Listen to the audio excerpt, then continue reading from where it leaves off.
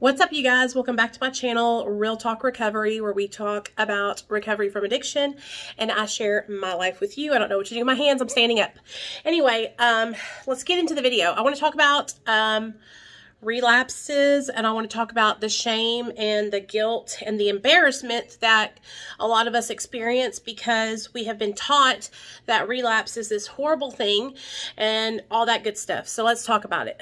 Also want to talk about suboxone and getting back on medication-assisted treatment after a relapse, and how a lot of people make it seem like it's this horrible thing, how people look at suboxone like it's this horrible thing, but it's actually saving so many people's lives. And I have so many friends that have been shamed, and they go and they get off suboxone really quickly and they taper and then they jump off and then they fall back and they relapse, and then they get ashamed to ask for help and to get back on suboxone. And I want everybody to think about this. I want you to think about addiction and working to try and get better as a process, as a road that can have hills, valleys, dips. You can go off-road for a little bit. There might be a Y in the road where you go to the left instead of the right. You might have an accident on the road and your car break down and get a flat tire. I mean, all these things kind of happen when you're struggling with a disease of addiction. I know sometimes I can be hard-headed and I can be a little aggressive when I share, but it always comes from a good place. I just want to help as many people as I can. And I want people to understand that there is no shame in needing to get back on medication-assisted treatment. Suboxone, methadone, Sublocade, Vivitrol, whatever medication you choose. I also want to say this. If you're someone who is struggling with chronically relapsing and you keep trying one way and you keep relapsing, it might be time to try something different.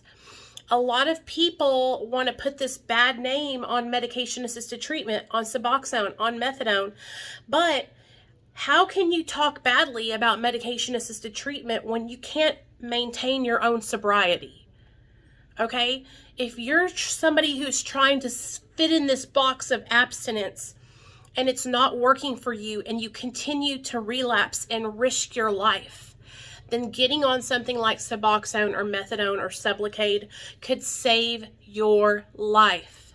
The reason why I don't put Vivitrol in there is because Vivitrol is not the same as Suboxone or Sublocade. Vivitrol does not have that partial opioid agonist that actually helps with those cravings. It really is there to just block the effects of opiates or alcohol. Some say it does help with cravings, but I don't think it does, because I see a lot of people who get on Vivitrol, they do really well, and then the triggers and the cravings and the thoughts of using start coming. And then they discontinue their shot and they stop getting their shot. Okay? And then they relapse and they are risking their life. They could die at a relapse. So I want you guys to know that there's no shame in needing to get back on medication-assisted treatment. No shame at all. In fact, we should celebrate that shit, because you're realizing, hey, I got to make a change. If I continue doing what I'm doing, I'm going to end up dying. I'm going to end up overdosing, and we don't want to lose anyone. I know that this last year, 2020 and 2021 even, have been difficult years for all of us. Last year was the hardest year of my life. I had so much personal shit going on in my family. My husband was struggling with his sobriety. I have been struggling with my mental health. I mean, it has just been difficult. But if I started struggling to the point where I was relapsing and picking up drugs and alcohol, you bet y'all's asses I would run and get help the moment I needed it, because I don't want to die. I don't want to leave my son behind, I don't want him to not have his mom.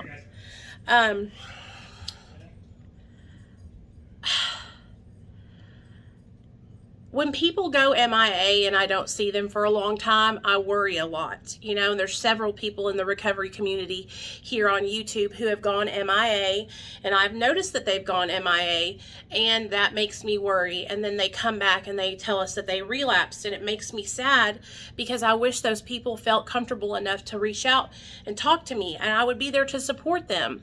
You know, but I understand that a lot of times when we're getting ready to relapse, we don't want to talk to anybody. We just totally separate ourselves and alienate ourselves from everyone, isolate ourselves, you know. I also never want to come across like I'm pushing sobriety on anybody, so I always leave it up to that person to reach out to me, you know, because I used to be super aggressive and like try to chase people down, and that was not a good thing. People didn't like that. And so now I just hang back. And if you need to talk to somebody, if you need support, you know, you guys got me.